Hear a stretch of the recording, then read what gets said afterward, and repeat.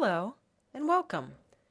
My name is Lynn McCormick, and in this 10-minute video, we will talk about how social media can be used to market libraries.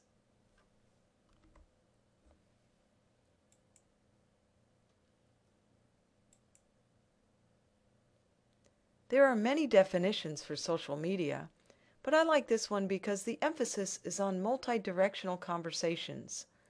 We want our patrons to have these conversations with us in a venue that they are comfortable with. There are many more forms of social media, but for the purposes of this video, we will look at some of the more popular ones. That is, YouTube, Facebook, Twitter, blogs, and wikis. One of the major reasons to use social media as a marketing tool is to increase the knowledge of our resources and our services. We also want to increase the awareness of library events and classes. We also would like to enable our personnel to share their knowledge and skill sets. For example, knowledge of children's literature or copyright expertise, or knowledge of MLA guidelines or technological expertise. We want to support distance education students with things like online tutorials. Of course, this would benefit all students. The bottom line here is that libraries need to adapt to the changing needs of our patrons. The best way to approach this is to have a targeting marketing strategy. The strategy should be centered around whatever the marketing objectives are, like some of the objectives we just mentioned. Let's start with YouTube. YouTube is a wonderful way to bring your library to life. By giving students a visual representation of the library, we can help build our brand and even help them to find their way around by giving them a sense of place. The Iowa City Public Library has established its own channel on YouTube called the Library Channel. Here, they post videos that chronicle the rich history of public service they have provided over the years, as well as instructional videos such as how to use the ebook collection. I encourage you to explore this link further if you have the time. Facebook offers a way to host many of the same things that a library webpage can, but with the added benefit that it is a familiar tool to patrons. Users in certain demographics are very familiar with the layout of Facebook. This makes it easy for them to navigate your pages. Even if the material is a duplicate of the things that you have on your web page, it shows a willingness to reach out to this demographic group. Librarians have started their own libraries using Facebook page as a users group of sorts. The discussions here are centered around best practices. Boxes or apps can be customized to promote certain resources. Note that one of the tabs here is I Am Us. This offers patrons the ability to do instant messaging or online chat. Some users will be more comfortable doing this than using email or picking up the phone. The patron's sense of comfort and familiarity is one of the main reasons for creating a Facebook page. A video tab may be added here as well. Twitter has been a popular tool for libraries in the past few years. It can be used for announcements, posting news, reminders of instructional sessions.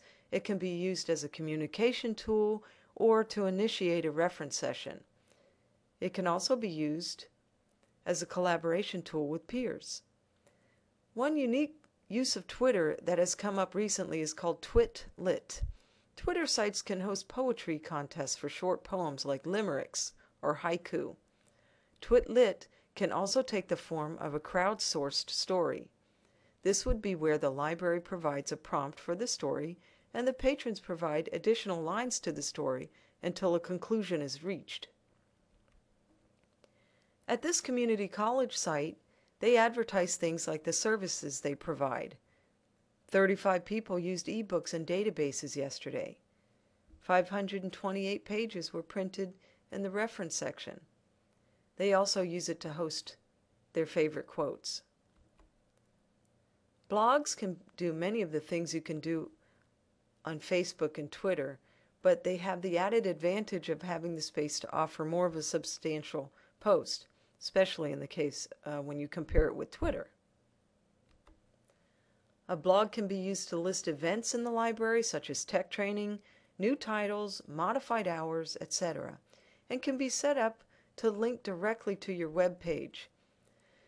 Many times in educational institutions, there can be some constraints when updating web pages. This can cause delays. By having a link to a blog, news and information can be immediately fed to the web page. One of the advantages of using social media is that it invites conversation. I like that this page has a warm, welcoming message on it with a picture of a real employee of the library on the face of it. This invites conversation. Wikis work for a lot of library needs. This site posts a blog, a Google Calendar, subject guides, and podcasts. Podcasts benefit people who are vision impaired or are just better suited to auditory learning. A great benefit of using WordPress Wiki is that it automatically converts the website into a mobile site. Here's a comparison of how the mobile site would compare to the full version of the web page as viewed by smartphone. As you can see, the mobile version on the left has a lot more readability than its full-scale counterpart on the right. With mobile sites, less is more. Whichever marketing strategy is chosen, it's a good idea to keep an eye on the numbers to see if your strategy is making a difference. Google Analytics can tell you who is visiting your site, where they are located, and how long they stay on your various pages.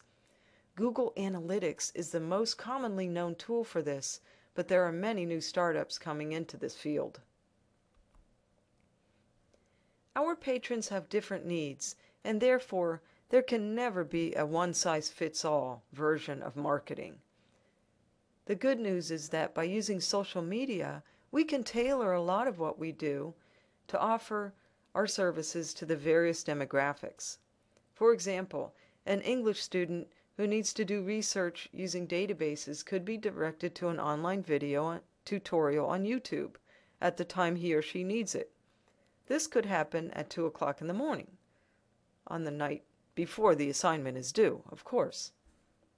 Popular resources like bestsellers could be advertised via a blog or a Facebook wall posting. Libraries are often the unsung heroes of the community. It would do us well to take some credit for the work that we do. A posting of the sheer numbers of the patrons we serve, or a video to showcase some of our service, would help us to build our image. Lastly, we should always be mindful of future trends, especially the mobile trend. Of course, there are many more ways to employ the use of social media in libraries than this short video was able to address. And as time progresses, we will see even more tools emerge. The more conversant we become with these tools, the better we can advance our mission to promote the success of our students. I learned a lot in the making of this video, and I hope that you learned something too. Thank you for taking the time to watch this presentation, and have a great day.